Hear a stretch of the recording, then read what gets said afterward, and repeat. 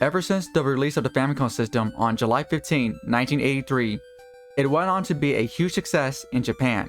On February 21st, 1986, Nintendo released the Famicom Disk System, an add-on device that was attached to the Famicom system.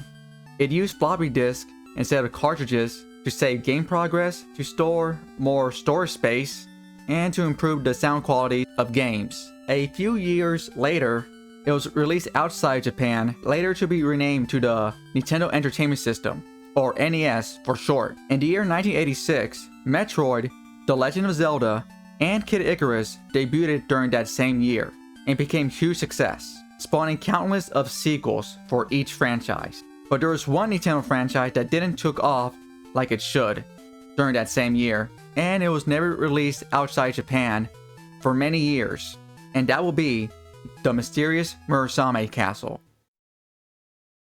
The story takes place during the Edo period of Japan, when a mysterious object took control of Murasame's castle, as well as the 4 daimyos, or feudal lords, along with their castles, and a giant statue known as Murasame comes to life. And that's where the player takes control of a samurai named Takamaru in order to stop this mysterious evil force. It is then revealed that all of this was caused by aliens. Yeah. Aliens. I was not expecting aliens, but alright, I guess we just roll with it. So anyway, how's the gameplay? You should already realize that the game is using the Japanese version, since there's no other official translations. Well, besides Japanese, of course. After you select start, you will see 3 Japanese text lines and the 3 save files. The first line translates to create a save file, the second line is delete save file, and the third line is quick start. It's basically you play the game without creating a save file. In other words, if you die, that's it. The game just ends. After you create a save file, you can finally start the game. You'll start off in the A.I.G Castle. Sorry if I butchered the name. Anyway, along with 2 lives, a health bar, 30 ninja scrolls, the current castle you're in, a empty bracket that uses technique skills, in which I will explain later on, a score system, and a time limit of 30 seconds. Let me tell you, this game is no cakewalk. Prepare to be alert every freaking second. Everything on screen will try to kill you, and I mean literally everything. Especially when you have a 3-hit health bar. Thank God for the 3DS restore function, because that saved me a bunch of time. Trust me, you will die a lot. In my first playthrough going in blind, I died a bunch of times. And before anyone asks, I'm recording this using OBS, while using SnickerStream. You start off outside the castle.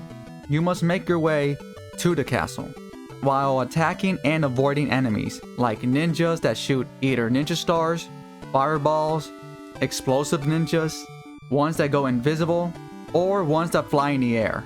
In my playthrough, I thought there were birds just shooting at me, but this makes more sense. Anyway, landmines, shinobu that shoot fireballs or bombs, a tengu, earth demon, and a hill bandit. If you somehow manage to get lost, just follow a signpost. It will show you the way to the castle. Once you reach the castle, you have to deal with samurai, spear samurai, a flame ninja, a castle guard, a porter, and a jealous spirit. Oh, and more ninjas that can sometimes blend within the castle floor. While surviving the hellish barrage, enemies can drop scrolls or contain a special technique item that can allow you to shoot fireballs, a windmill sword, a lightning bolt that can wipe out any enemy on screen, an item that can let you go invisible, and there's another invisible item, the invisibility helmet that makes you unharmed by enemy attacks. There's other helpful items such as red sandals to walk twice as fast, blue sandals to walk on water, a ninja arrow to throw projectiles twice as fast, a flurry that allows you to fire 4 projectiles at once. You can also find shogi pieces along your journey. Depending on the shogi piece you have, and as well as the current technique you have as well, you can either shoot projectiles in 4 different directions at once, shoot 3 projectiles in 3 different directions, or fire 3 projectiles at the same time. You can also get techniques by walking to a gift box, either hit or walk through a Tanuki ninja. The only way to recover your health is to find a white pill box, or wait until you finish the level. There's only 2 ways to get extra lives in this game. Either find a red pill box, or rescue one of the maidens in the castle. But be careful, because sometimes, at random, it might be a trap. The maiden might actually be an evil spirit in disguise, and it will kill you. You can try to leave the room like I did, but the evil spirit will follow you until you die, or kill the evil spirit. Each of the daimyos in each castle attack different, and have their own attack patterns. The Osame daimyo attacks you by throwing 4 bombs at you. Akasame daimyo summons white ninjas and uses a ninjutsu that turns him invisible for a short time. Ryukusame daimyo creates 3 clones of himself and you must find the real one, as well as throwing fireballs at you. And last but not least, Momosame's daimyo will throw projectiles at you and explode on impact. Let me tell you, facing each daimyo was difficult as hell. The one I had the most difficult time with was the Momosame daimyo. I can barely dodge that very small purple projectile. You must have very good accuracy and know their attack patterns in order to defeat these bosses. But as for me, I used the power of restore function in order to defeat each and every daimyo. So thank you, restore function. You're always there for me. Upon defeating them, each of the daimyos will drop a orb. After you collect all 4 orbs, it's finally time for Murasame's castle. Just like before, attack and avoid enemies like as usual. It will be time to face Murasame's statue. Avoid his bouncy orb of doom and this weird looking demonic face thing, and attack Murasame's face to defeat it. After you defeat Murasame's statue, find as many items available, and I mean as much items available, because trust me, you're gonna need it. You will now face the alien entity possessing the Murasame statue. In order to defeat this alien entity, you must wait until he opens his mouth. While I was recording footage for the final boss, I died at the same time as the final boss, and once the orbs were floating in the air, the music just cuts off. And then my game went silent for a few seconds. And then it booted me back to the beginning of the game. So apparently that was not supposed to happen. The game ending music was supposed to be an 8-bit rendition of Ode to Joy by Beethoven. Why Beethoven out of all music? It doesn't even fit the theme of Edo Japan. But according to this game, I guess Beethoven's now Japanese then. I mean, who knew? But anyway, the screen was supposed to stay up longer and congratulate the player. The screen doesn't change until the player presses any button. After that, the game will now restart, but it will be in a more higher difficulty. Yeah, because the game wasn't already that hard as it is. But anyway, that's the Mysterious Murasame Castle.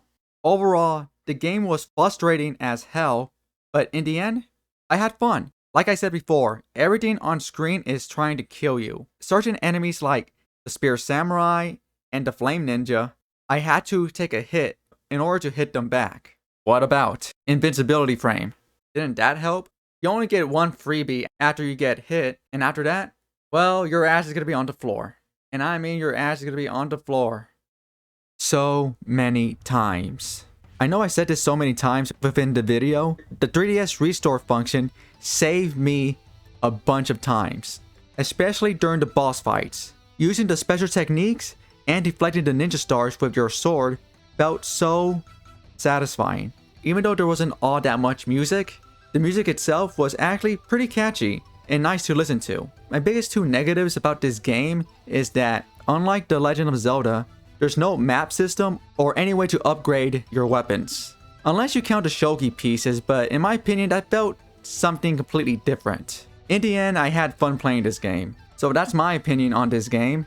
Now time to speculate on why it didn't sell that well and why it wasn't released in the West after so long. Well, for starters, this game was basically The Legend of Zelda on steroids. In other words, like I said before, this game was difficult as hell. Reason number 2 is that this game was originally supposed to be launched side with the Famicom Disk System, but it got delayed. Since the development of The Legend of Zelda was already finished, they decided to launch it with the Famicom Disk System on February 21st, 1986. 2 months later, Murasame's Castle would have made its debut on the Famicom Disk System.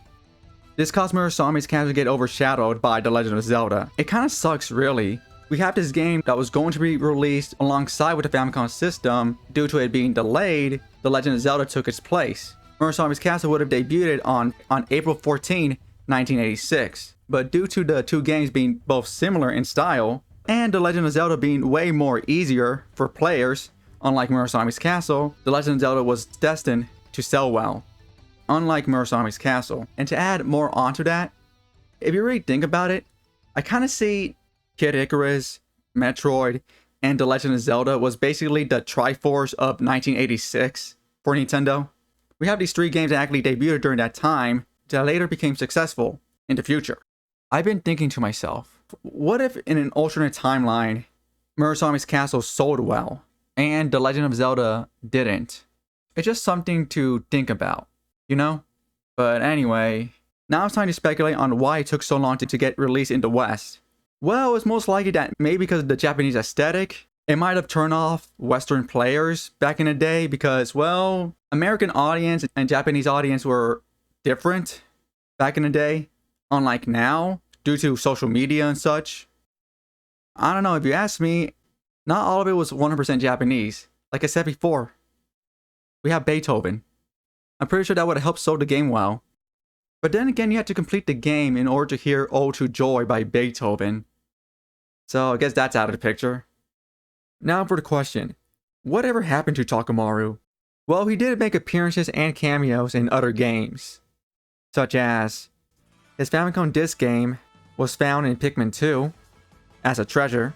In the Japanese version of WarioWare Do It Yourself, he appeared as one of the micro games. He also appeared in Captain Rainbow, a Japanese Wii exclusive game in which the player must help Takamaru control himself around women in order to impress Tracy from The Legend of Zelda Link's Awakening. In Samurai Warrior 3, he appeared as an exclusive Wii playable character, and as well as having an exclusive mode called Murasame's Castle.